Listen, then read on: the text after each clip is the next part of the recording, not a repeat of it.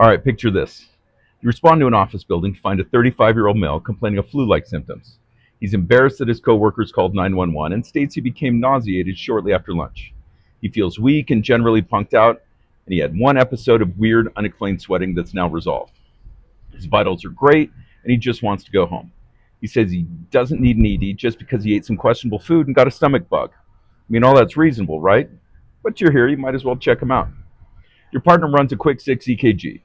For those that don't know, a quick 6 is accomplished by putting on the 4 limb electrodes, 2 arms and 2 legs, resulting in the 6 frontal lead EKG views. This is what this case shows. So while you're looking at that, let me remind you that I'm Angry Bill and this is Pre-Hospital Wisdom. Make sure and like and subscribe. All right, regarding this EKG, it's no big deal that I can see. Nothing concerning and nothing that would make you want to look at the V leads, right? Sinus at 75, normal axis, no ST or T-wave changes. This is an EMS channel. You're not going to fall for that trap, are you? You ask your partner for the V leads. This is what they show. Should this patient go to the hospital now? Here, let's try another one. It's a hot day when you respond to the park for a 22-year-old male soccer player who fainted. He's in good shape, feels fine now, and doesn't really want to make a federal case out of things.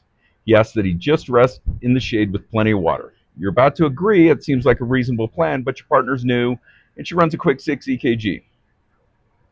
Weird. There's pathologic left axis, but otherwise there's no dysrhythmia, no ST changes, and nothing land jarring to get worked up about. Don't overthink things. This is a young, athletic soccer player on a hot day who fainted in the sun. What the hell? Don't forget, this is an EMS channel. Look at that, Brugada syndrome. Think he needs to go to the hospital now? I see quick 6 EKGs used fairly often. I completely don't understand why. I've even heard rumors of paramedics teaching this to students and new hire trainees. Why would you only seek half the information? Do you only do a secondary exam on the front of people's bodies or just from the waist up? Do you palpate blood pressures very often? Do you start IVs and then blow off taping them down? I don't need the second half of this. If you do, let me be clear. You're a poor paramedic. I don't want to work with you. You're bringing down our profession. Knock it off.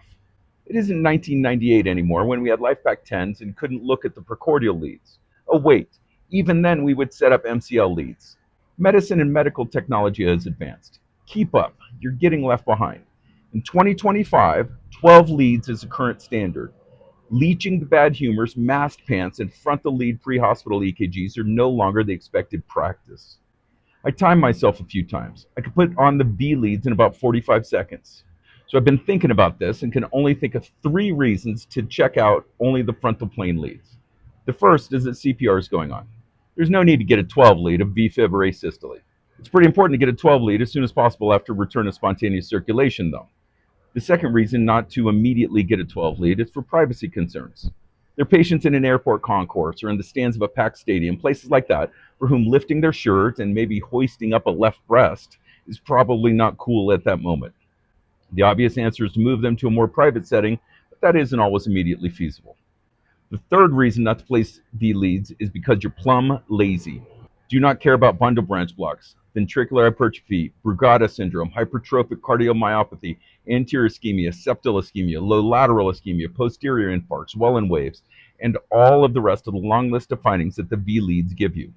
Are you really content with being able to name the dog, measure the intervals, and state the frontal plane axis?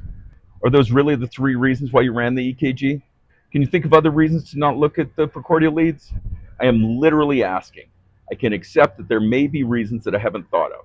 Go ahead and add them in the comments. I want to know why you would just run the 6 frontal leads. If it's important enough for a quick 6, it's important enough for a 12 lead. You're a paramedic. Act like it. Let me know what you think of this. You can comment or send me an email to the address in the description. If you found any value at all from this video, please click like and subscribe. One of the most helpful things you can do is share this content with someone you know. Click over here for another video or click over here for the channel page. Subscribe somewhere below, and I'm trying to hit 1,000 subscribers. So make sure and subscribe and share.